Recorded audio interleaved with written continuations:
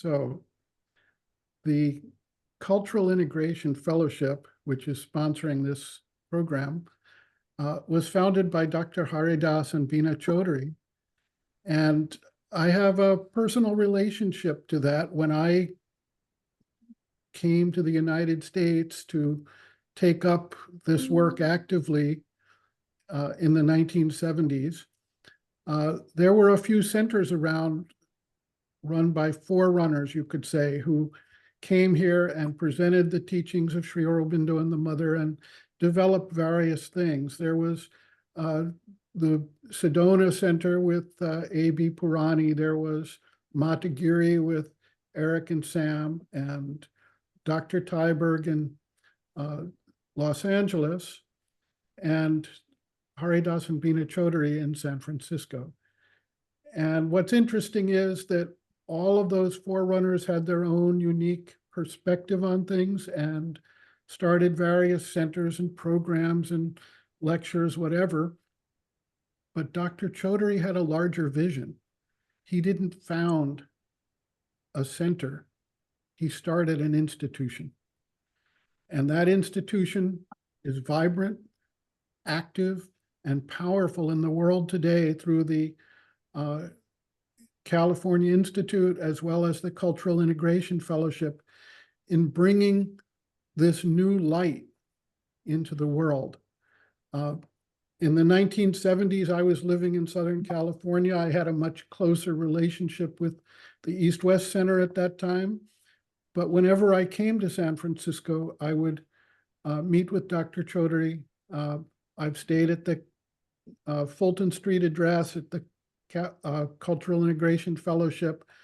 When Panditji gave his talks there, I was present at that. And at various times, I assisted Dr. Chaudhuri, to my great benefit, in running his book table for him when he was giving lectures at various places. So the relationship was very close and very formative for me as a young person to come into the sphere of influence of such a luminary. And so I am so grateful and so moved by the work that he has done and that Bina carried on, that it's my pleasure to introduce our speaker today, which is Santosh Krinsky, on the platform of the Cultural Integration Fellowship. I don't have any wise words or sayings or poems from Dr. Chaudhuri, which our friend Kundan normally presents. So with that, I think we'll just get started. Hari Om Sahana Vavatu Sahano Bhunaktu Sahaviryam Karavavahai Tejasvena Vadhetamastu Ma Vidvishavahai. Om Shanti Shanti Shanti. Om, together may he protect us, together may he possess us. Together may we make unto us strength and virility. May our study be full to us of light and power. May we never hate. Om, peace, peace, peace. So the topic today is we live in challenging times. What do we do about it? How do we face that? People think that there are so many dangers, so many risks, so many problems in the world that it's impossible for little people like us to do anything about it. And on the same token, we often feel victimized by those forces, and we feel stress, we feel anxiety, we're worried. In many cases, those macro forces impact us in our daily lives, whether we want to recognize it or not. we think, well, I don't get involved in politics and I'm not involved in the whole economic thing and I can't solve war and peace, so I'll just go and do my little thing somewhere and try to pretend it doesn't exist and doesn't affect me. But it does. The pollution of our environment, the microplastics are entering everybody's body and changing the DNA of humanity. We may think that we're immune to that, but we're not. It's affecting us. And the issues of war and peace, with the mass migrations, with the destruction that's taking place, the climate change that some people simply say that if we ignore it, it will go away. But the effects are real. Several years ago, we had a pandemic, and the whole world basically went through a trauma, and societies virtually shut down. And every person on the planet was essentially affected by it. Some of these things happened because of changed disease vectors that occur because of climate change. Some of these things occur because of the chemicals that we're putting into our lives and into our world. Some of these things happen through pure greed and mismanagement of the vital nature of humanity, where some people just feel like they have to take over and control everything, and everyone else can just starve and suffer and die. So it affects the world, it also affects us. And we say, well, these are unique challenges. And in a certain way they are. But in a certain other way, they are part of the pressure of the birth of a new consciousness. If we look back, when things are going easy, when everything's fine and we've got money and we've got our lives and our friends and our family and we feel good, we frequently forget sadhana. We frequently forget to focus on the spiritual efforts that we need to make. Life is too easy. We want to kick back and enjoy it. And that's okay. That's human nature. But it takes that pressure of circumstance to force us to do something different. In the darkest of times, we find that the greatest spiritual progress can take place.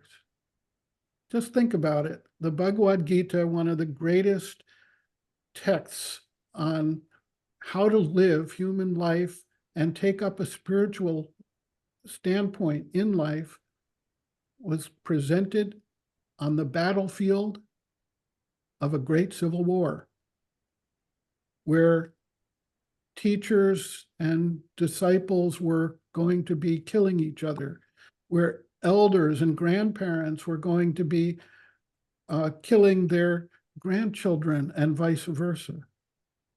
And yet this great spiritual text was brought forward at that time, coming a little closer to our age and time.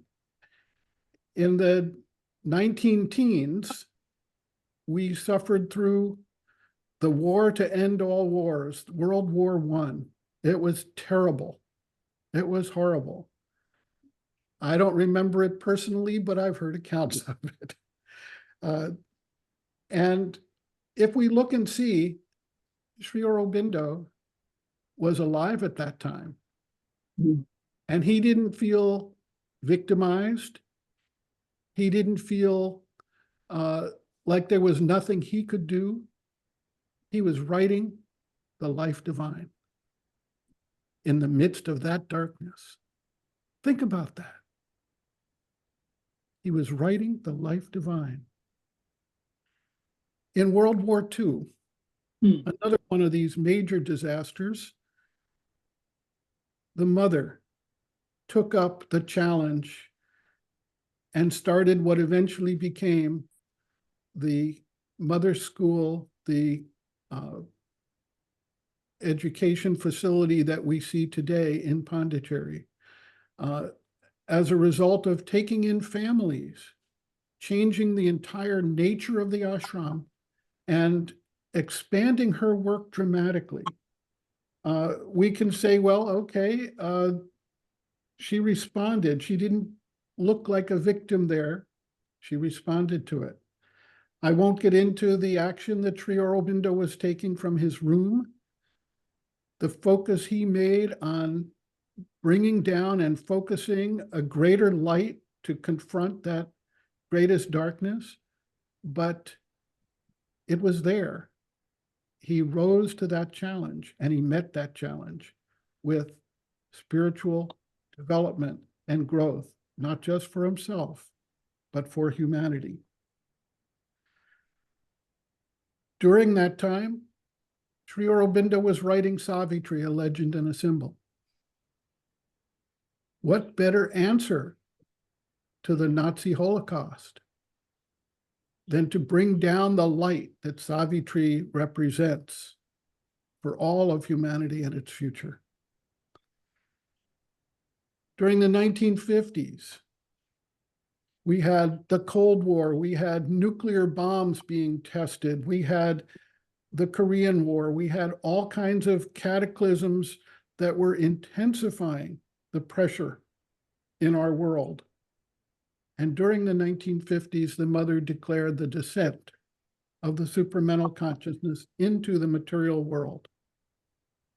How do we understand these juxtapositions between great darkness and a new consciousness? During the 1960s, worldwide upheaval, societies were thrown into chaos. There were riots, there were mass protests, there was the Vietnam War and its effects all over the world. And the mother founded Oroville. In each instance, people experienced tremendous pressure, and the response was to go deeper, to dig deeper, to focus more intensely on the birth of the new consciousness that needed to come about. You know, I'm reminded of Charles Dickens in his Tale of Two Cities. He wrote, "It was the best of times, it was the worst of times." Yeah. And that pretty much summarizes it for us. So we think that we're living in a time of great upheaval and disaster and difficulty, and we don't know what's going to happen. That's true, we are. And that's our opportunity to step up to the birth of the new consciousness. The challenges we face are unable to be solved by the physical consciousness, by the vital consciousness, or even by the mental consciousness. When we try to do that with the mental consciousness, we come up with gridlock. We come up with conflicting ideas that essentially stop each other from acting. And then the solution to that in many people's minds is, let's have a dictator who can just tell us what to do and we'll all just follow along. That's not a solution. It doesn't solve humanity's problem. It simply creates another mental opportunity for unintended consequences and failures. So at the same time, if we look around the world, we see particularly young people yearning for something new, something different, for a new consciousness, for a spiritual realization. They abandon the traditional churches and they take up spiritual practices, whether it's yoga or Zen or the Chinese martial arts or whatever it might be, because they are seeking. They feel this urge to do something different, to grow in a different way. And this aspiration leads to what Sri Aurobindo called the adventure of consciousness. however people take it up, in whatever method or practice or option they choose, they are exploring consciousness. And they're doing it because they can't do otherwise. They feel that pressure. The mother called for people of goodwill, whoever they are, not devotees of Sri Aurobindo and the mother necessarily, but people of goodwill. She said, the world is preparing for a big change. Will you help? What is that change? Is it a new economic system? Is it a new political system? Is it a new way of creating technology that's going to magically solve our problems? No, it's none of those things. It's the birth of a new consciousness that is based in what Sri Aurobindo called the supramental, essentially meaning it is the consciousness at the next stage above the mind. And this process is part of the evolution of nature. We see life evolving out of matter. We see mind evolving out of life. And we see the supramental evolving out of mind. And this is the natural progression. The issue or the problem, if you will, is that the pressures we're under are existential pressures. They're pressures that lead us into what we currently see as the sixth planetary die-off in the world. It's an enormous, fast, changing, powerful, destructive force that can destroy humanity. And we can't wait for the long march of evolution to accomplish this. Sri Aurobindo and the mother recognized that, and they said that through conscious participation, through yoga, through the individual focus, we can speed up within ourselves the natural, slow evolutionary process. And therefore, to meet the challenge of the times, we are all called upon to help, to practice the yoga, to integrate this spiritual principle so deeply embedded in our lives that it radiates out from us. We've all heard of the 100th monkey phenomenon, where a monkey was washing his fruit and another monkey took it up and another one in the same group. And then at a certain point, enough monkeys were doing it in that group that the whole world's monkeys started washing their fruit. Now, whether this is factual or some kind of urban legend, it doesn't really matter, because the principle is the same. We live in one unified sphere of consciousness. And the more people that take up this practice, the more people who actually try to live according to the force that is descending, a supramental force, who try to understand the principles of harmony, the principles of collaboration, the principles of oneness, and who try to live according to that, the more chance we have of creating a shield for the world from these destructive forces.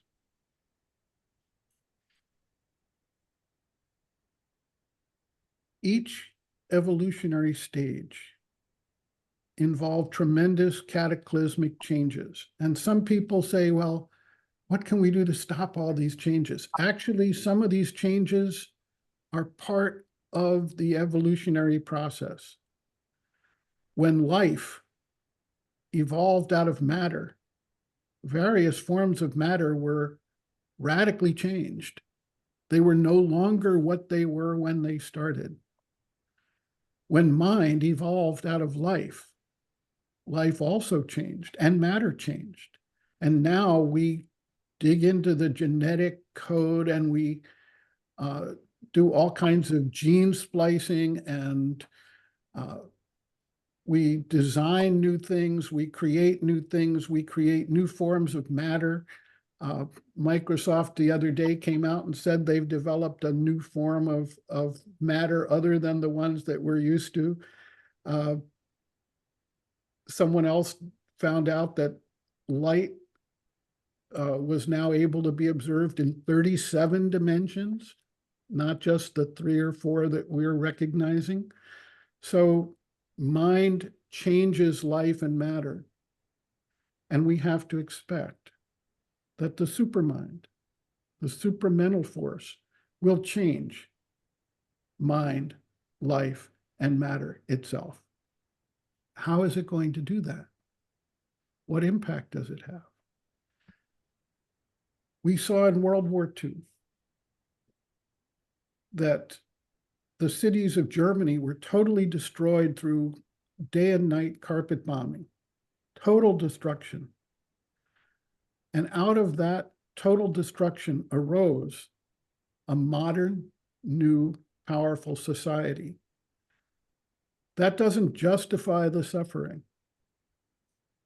but it points out that in some cases, in most cases, you have to remove obstacles that our habits, that our ways of doing things, that our institutions have created that are no longer solutions to the problems we're facing. They say that humanity is always fighting the last war, not the next one.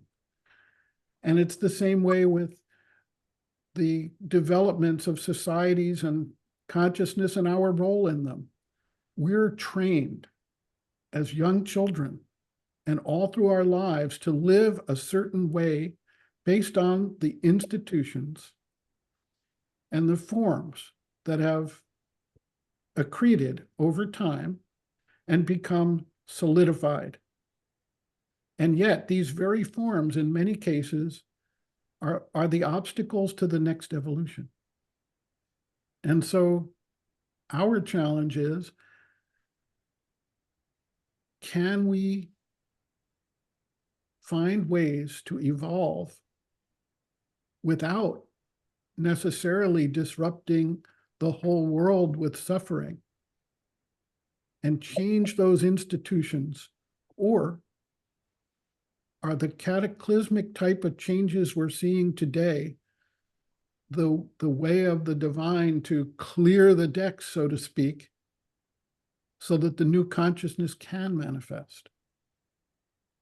Now, there's probably some truth in both sides of that. So it's something for us to reflect on. Not all destruction is bad. If it is taking away things that are hindering the next step, it needs to be done. Now, to give sort of a gruesome example, in the 1700s in France, they had a king and they had aristocrats who controlled everything, and the people were starving. They were totally destitute. They had no political power. They had no economic power. And the aristocrats lived a life of ease and joy with endless amounts of money they could spend on frivolous things. And eventually, the people became so aggrieved with their own poverty and destitution and suffering that they undertook what we know of as the French Revolution. And they employed a destructive technique called Madame la Guillotine to ensure that those aristocrats could not retake and regain that power over them. Now, I'm not a revolutionary in the sense of lopping off people's heads, but I use that as an example of what happens to forward change in the world. Now, we can see, and we can even argue that the people who took over after the king and the aristocrats were gone had their own problems. In fact, they reproduced a lot of the abuses at their level that the former king and aristocrats had because they grew up in that system. They didn't evolve beyond the system. They simply replaced the rulers of the system. And so that was not a solution.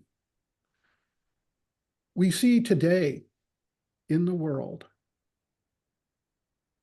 retrogressive forces, forces that say, we want to go back to the way it was 50 years ago or 100 years ago. That was such a better time.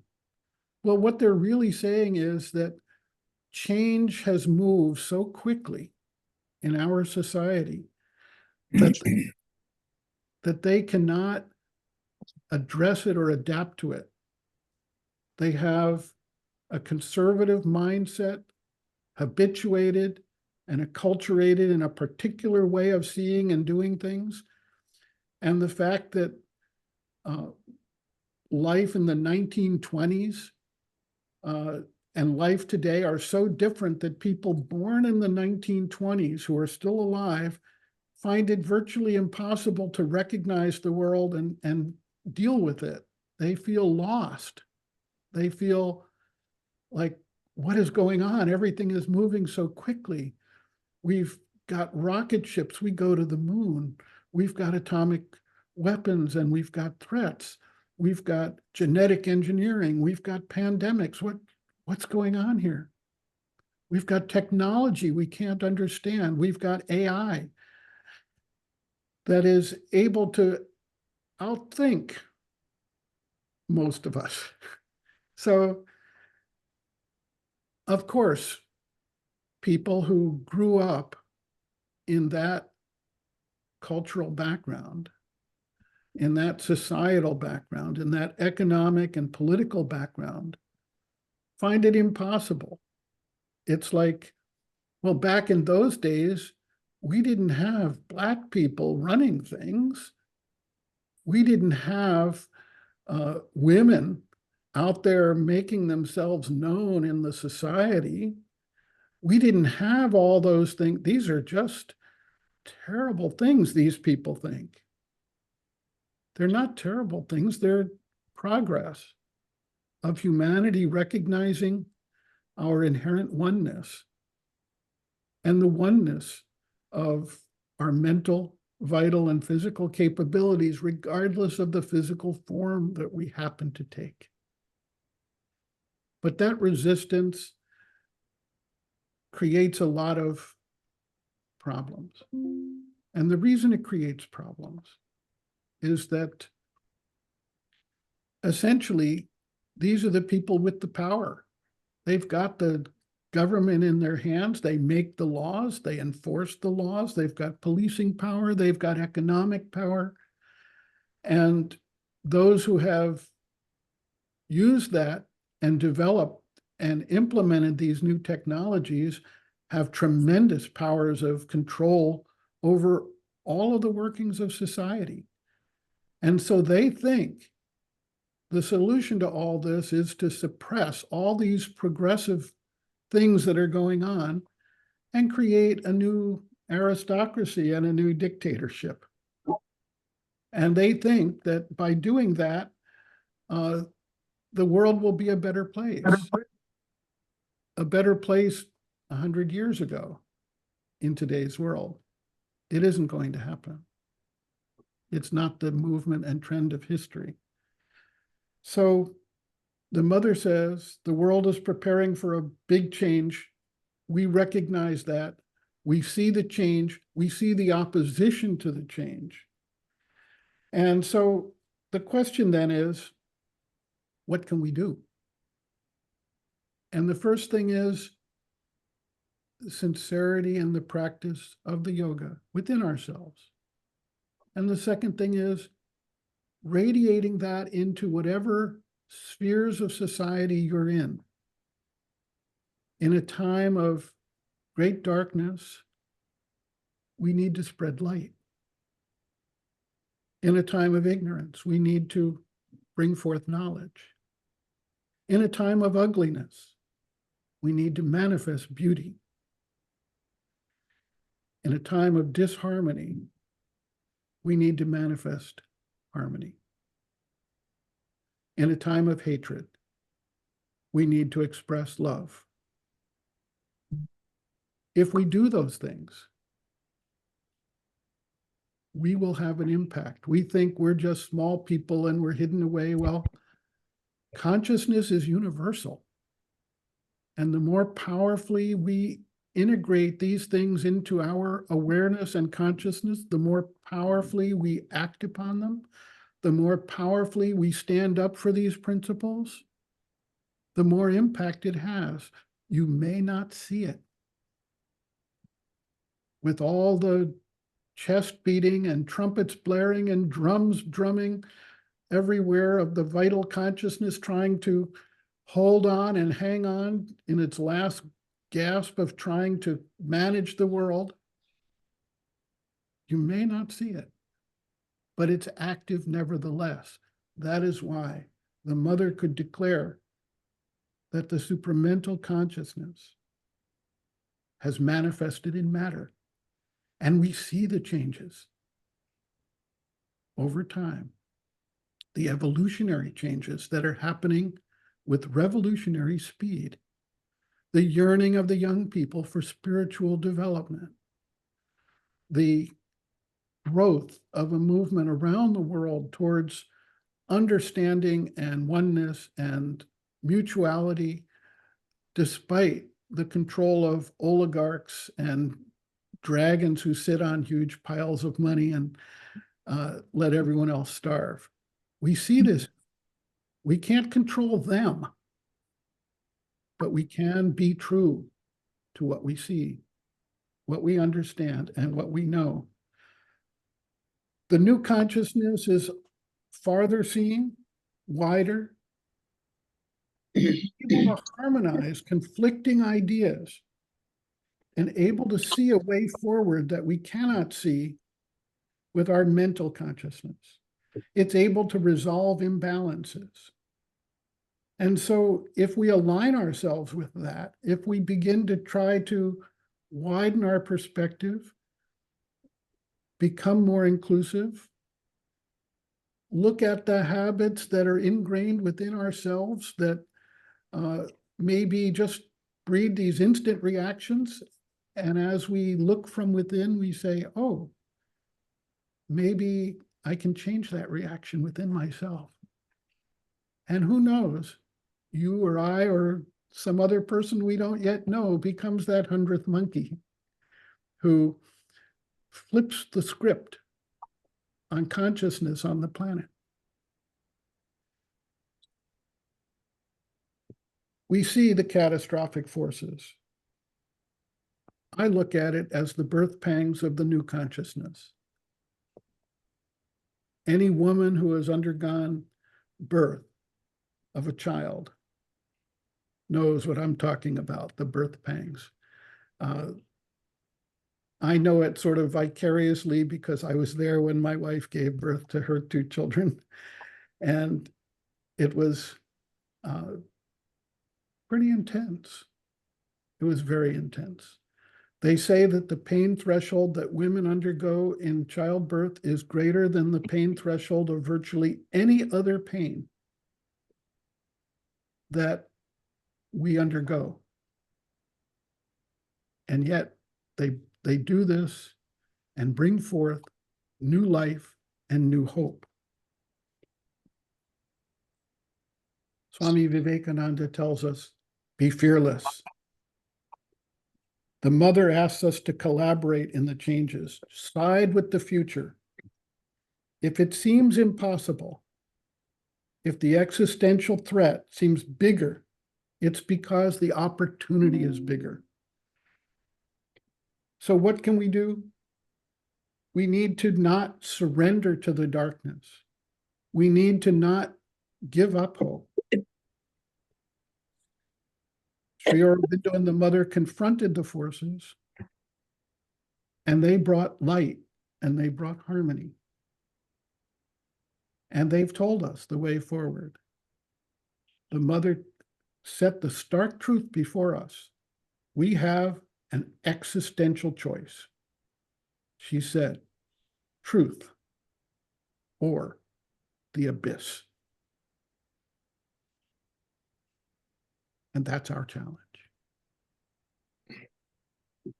So thank you. Let's open it up for discussion and questions.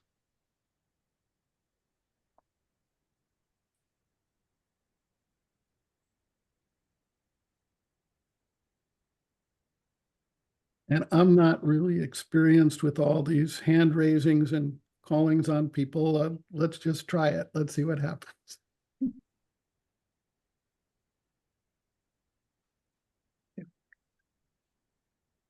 Good morning. Thank you so much for the overview. Two things came up that I thought might be helpful for references for future thought, and that is some of us are familiar with the human cycle. And for me, I just say a lot of what you have expressed, the dilemma of the everyday response versus the opening to the descent. What I think Sri Aurobindo, first of all, many of us didn't know. We know the spiritual side of Sri Aurobindo, we know the poetic side. We don't necessarily know his genius with understanding the movements of civilization, especially political. So for me, it just gives you that long view so that you can see forces, like you were saying, when just in our time, but in a longer period of forces coming together, what creates that tipping point. So it helped me, let's say, context. It really helped. And I'm just putting that out to the group. And the last thing that you were quoting a lot about from the mother in her view of what's happening and how to prepare or how to do your practice. In the mother's vision, there's actually a passage about how to deal with catastrophe, which mirrors a lot of what you've said today. That and she says, she uses it specifically and says Sri Aurobindo did this during World War II. So what I'm trying to say is that you have brought through a context and a view that is really practical and can really support not only our individual practice, but our collective. And as someone who is not given to a calm temperament or is not given to being objective, the practice of yoga makes life so much more doable. And you know, that's very true. The human cycle is powerful in its understanding and widening of our view of the movements of civilization. Actually, in tomorrow's blog post, which I was writing this morning, or maybe this morning's blog post, I sometimes lose track of time. There's a passage from the mother in there, and she's talking about, does the best always happen? Right. Okay, is everything that happens for the best? And what she says is very interesting. After the fact, what happened is what had to happen. But at the time of the event, It doesn't seem like. Depending on your standpoint and state of consciousness, you can impact that. And in the blog post, I pointed out that in quantum physics, they say that the observer changes the result. Right.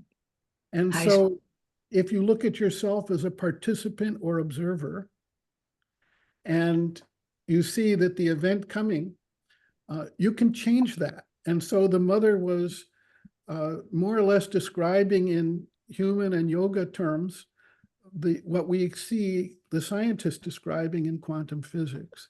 And that is that you can change the event by your state of consciousness. That's exactly what she says in this writing at the end of the Mother's Vision on Catastrophe. One last thing, you may recall this more accurately, but I think I recall that the mother said to Sri Aurobindo, was kind of complaining, why did it happen this way? And Sri Aurobindo said it was the best the grace could do in the circumstances. Exactly. It's really true. We're living in a world that is very complex with forces working over millennia. And we can't simply wave a magic wand over it and expect it all to transform magically and instantly into a land of rainbows. I mean, it just doesn't work like that. And so you take incremental development, you take sometimes unseen incremental development. And that's why they say you have to have the faith that what you're doing is going to have that longer term benefit. And that's why I always talk about what I call the 1% solution. And that is you make 1% change today, and over 300 or 400 years, you've got a huge difference in the slope of the change. So we're not expecting that magically the greed and the bullying and the anger and all those other things are magically going to go away and we're going to have a world of total harmony. We're expecting that over time, humanity will come to recognize that that is not the way to live and coexist and thrive. And they will make that change because you and I and so many other people are expressing that and Doing trying the to work. do that. Exactly. Thanks.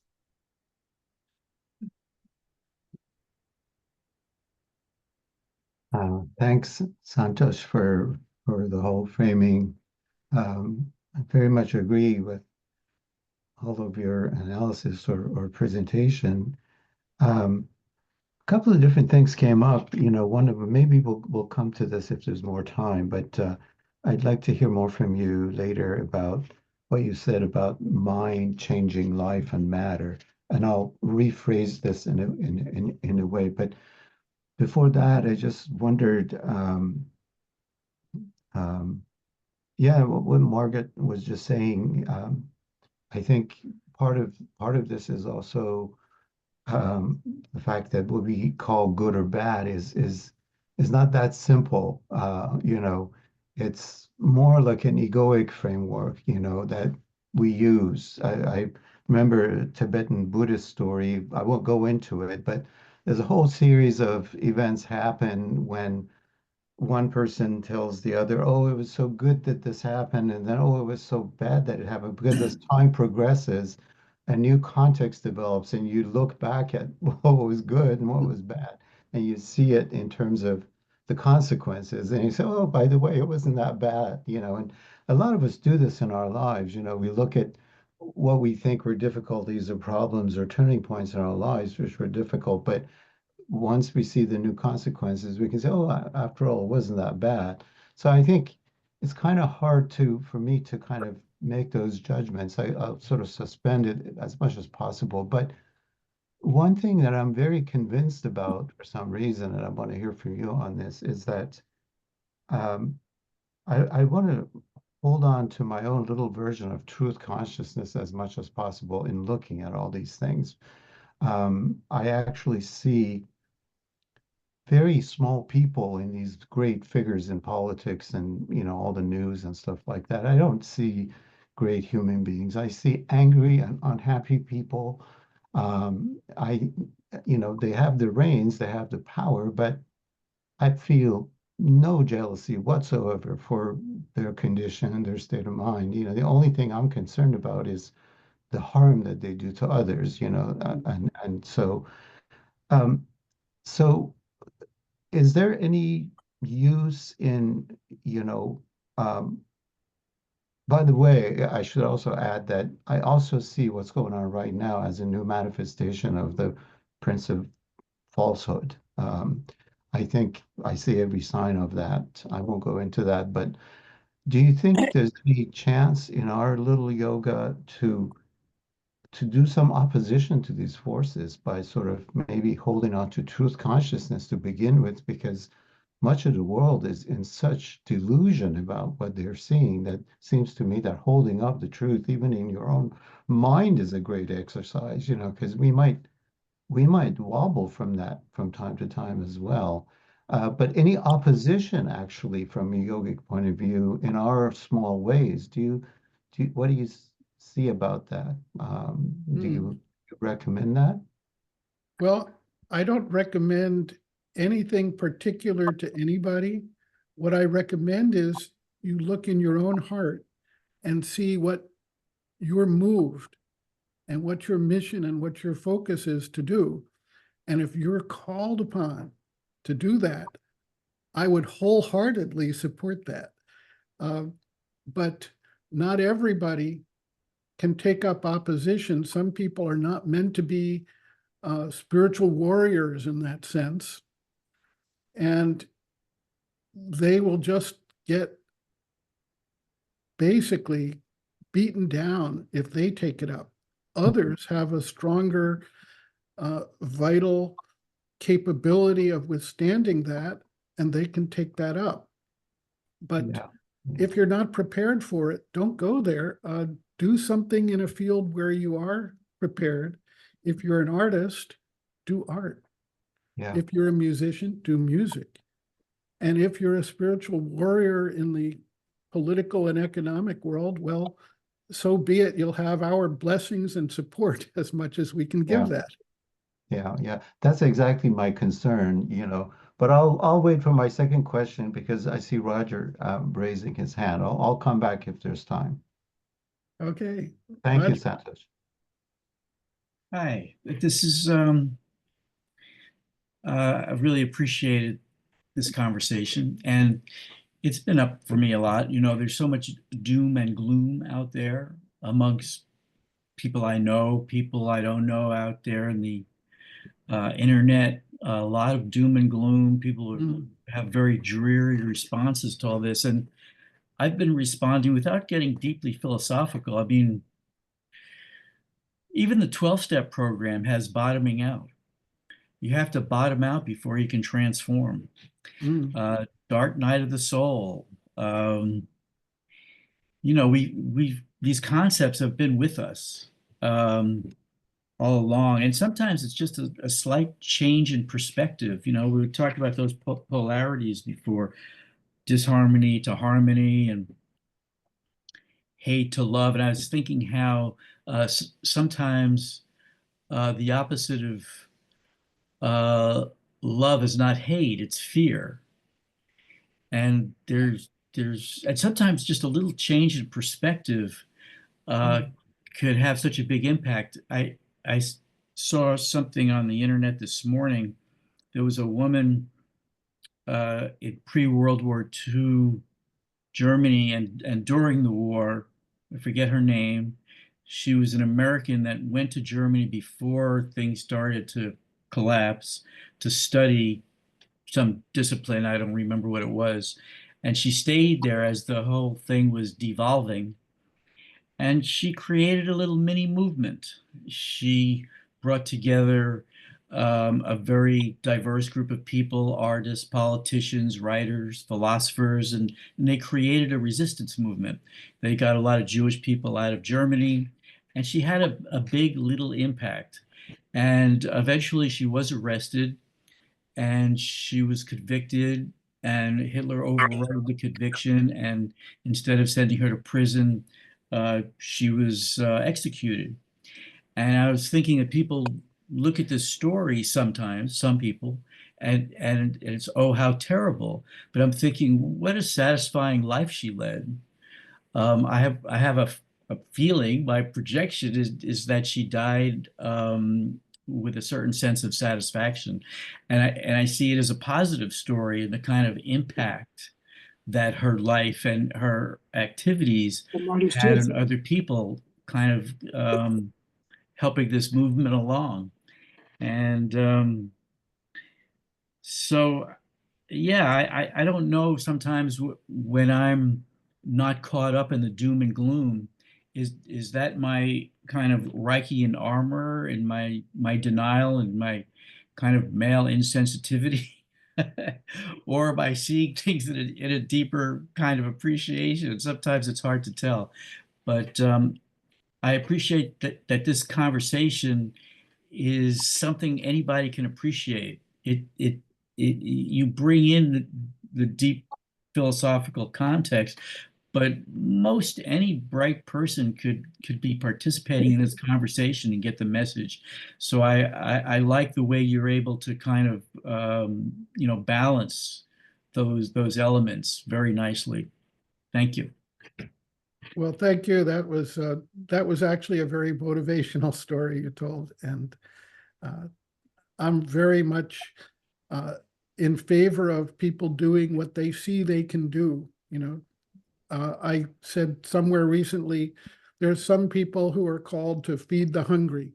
Well, please do that. There are others who are called to clean up the environment. Some are called to fight against big oil, whatever it might be. If that's your mission, please carry it out. Do it with goodwill. Don't do it with falling into the energy that you're fighting. Don't become that. Because if you become that, then just like in the French Revolution, you're just trading one set of oppression for another. But actually do it without hatred. As Sri Krishna told to Arjuna, your job is to kill all of these relatives and respected elders and teachers, etc. But don't do it with hatred. Do it with respect, goodwill, and love, and understanding that your job is to help clear the field of retrogressive forces. And that he was the spiritual warrior of his day, and he carried that out. So not all of us are called to be Arjuna, but we are called in whatever field we act upon to bring that new vision, bring that new consciousness, and manifest it, not just meditate and then turn into something else when we go out of the meditation, but actually begin to manifest it in every way we can, as much as we can, given that we are human beings and we too are part of that evolutionary change that's got to take place.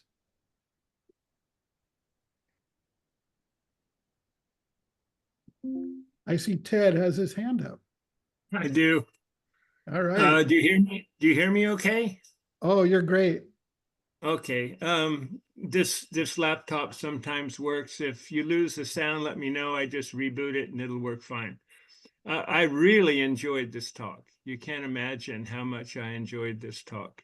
I miss Haridas Chaudhuri. I miss the ashram, all the things that I used to experience, particularly the wonderful Indian lunches after the program.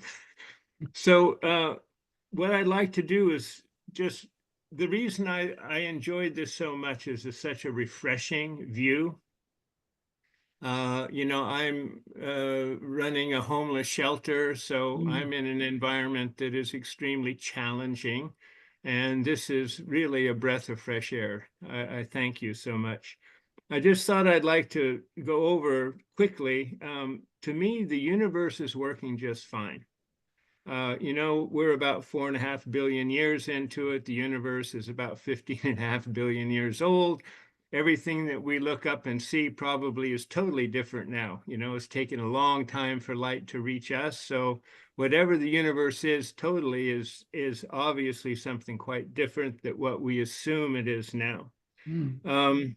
The planet Earth has experienced 3 total catastrophes where nearly all life was destroyed. And in 15 to 16 billion years, 15 to 16 million years, it came back even better.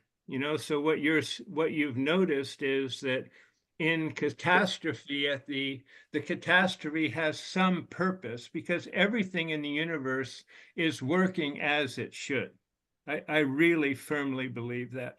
When we get up in the morning, we're a visitor in a body that's working as well as it was the day before.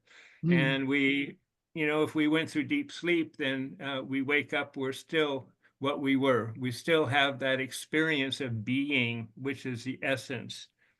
So my take at the moment is that I feel very privileged because I may witness in my lifetime whether or not the human species is going to survive.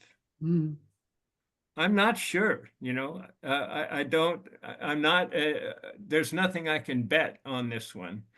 But if the human species does destroy its planet and itself, I'm very, very sure that in 15 to 16 million years, it'll be much better.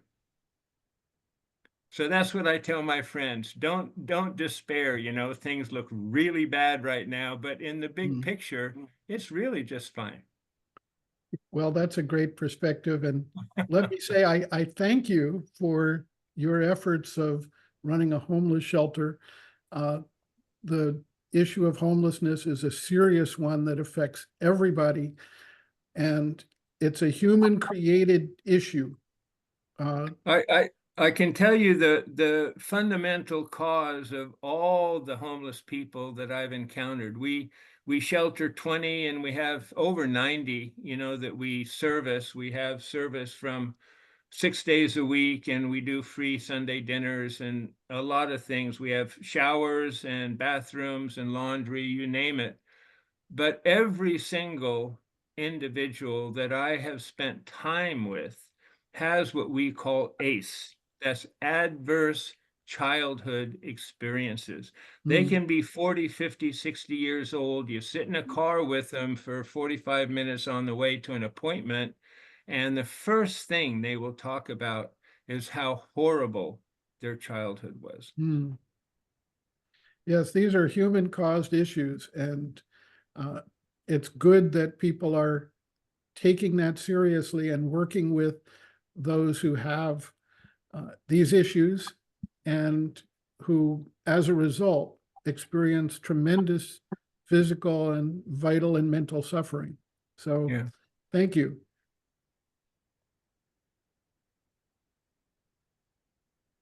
Somebody else, Andy? Yeah, I wanted to first say thank you, Santosh. It felt so good to be here. Not only the content of your talk, but the way you deliver such a calming energy, even though we're talking about quite challenging topics. And I have a question. It's a sincere question. It might be a bit complicated, but going back to the beginning, like right in the beginning, you talked about all the forces and things going on in the world and the way in which we can fall into victimhood and feeling victimized by it. So I'm curious to dive into that a little bit. And as some context, I recently listened to a lecture by an Aurobindo who is Indian and has lived in India their whole life. And he kind of made a point that said, Westerners often ask me a lot about self-esteem and how to build people's self-esteem. And he kind of broke with the entire paradigm and said, kind of cutting to the chase, like when you're rooted in your swabhava and your swadharma, like self-esteem is not really even a relevant concept. because you're really in alignment with your own soul and with the divine. And I think similarly, Sri Aurobindo and the Mother often are constantly offering us this like much deeper and deeper and deeper and layered, nuanced view of the world. So my question around when we feel like a victim, I myself think about this a lot. Like, how do I, on one hand, surrender to the Mother and be in alignment with that, but also how do I, on the human level, step out of being a victim and be more assertive?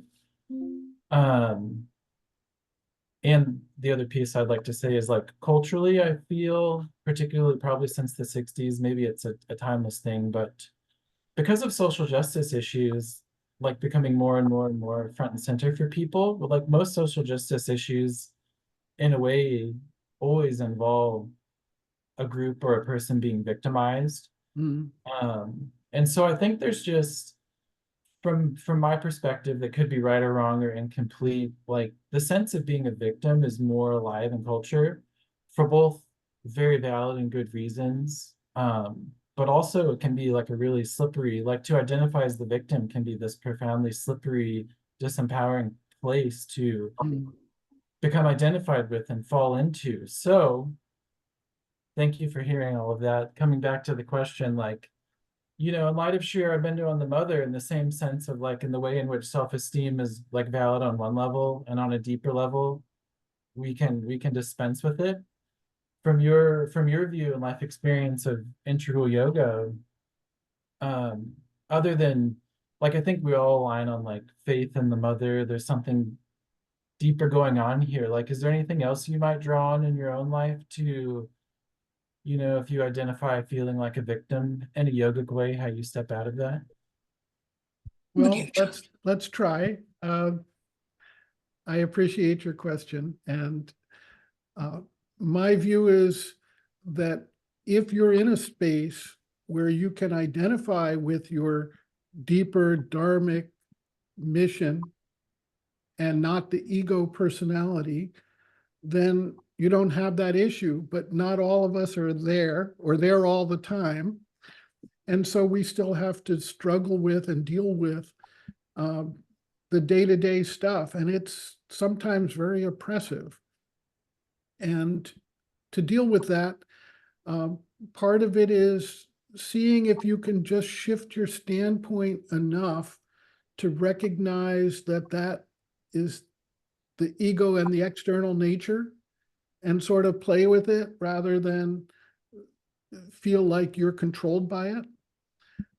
That may help sort of the separation of the witness consciousness from the active nature. And the other thing is that if you're called upon to address this, I look at social justice issues not as being more prevalent now, but if you look at the history of humanity, there's always been all kinds of oppression in most societies. And the fact that it was accepted and normal to have slaves, to treat women as commodities. I mean, you can go back into some of the scriptures of some of the religions, and it's like these are just normal things. And over time, as we grow in awareness and grow in consciousness, it's no longer normal. And that's where you become awake to the feeling of victimhood, because you say, well, okay, I'm being oppressed. That's great. That's the first step of awareness, to say that this isn't the way it needs to be. This isn't the oneness and the harmony that we're working towards. And therefore, it motivates you to action, to be what you want to see in the world, to step away from your victimhood, take that as a challenge, and work to create a place where nobody needs to feel like a victim. And that's going to take possibly more than your lifetime or my lifetime, but you can see it changing radically in front of us. And you can see the reaction to that in today's society around the world where people who are used to the old ways of looking at things, the patriarchic and the controlling ways of looking at things, are aghast, and they want to do everything they can to beat this down. But they can't succeed at it, because once people wake up and realize that the system, the habits of society, the habits of humanity are based on a wrong premise, you can't put that toothpaste back into the tube.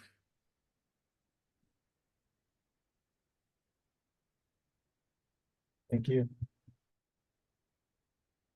It seems to me that, hi, everybody, and I'm sorry for making lunch noises at the beginning. If you heard that, I wasn't muted. Seems to me, given know thyself, that, as Roger mentioned, powerlessness and helplessness, which are, part of the victimhood experience, and we're all, I don't know, I speak for myself, feeling victimized by the current regime that's coming in like a blitzkrieg. But there you have a feeling that isn't readily delighted in, let's put it that way, in our culture. And yet here it is, it's like when it shows up, especially at a time of introspection, a time of quiet, when you can really explore it or let it speak, in its language, and prioritize the feel of it rather than the message, that gets merged with it from the mental. I don't know of any other way. And yes, in the 12 steps, admitted we were powerless and that our lives had become unmanageable as we try to flee that feeling or fight it. And then, moving on, made a decision to turn our lives over to a larger context. So it's that, it's the same work, I think. Yeah, I mean, awareness and kindness, allowing, permission. Hard work, but it's good work. Yeah. Well, thank you. I think that's a good response to Andy's question as well.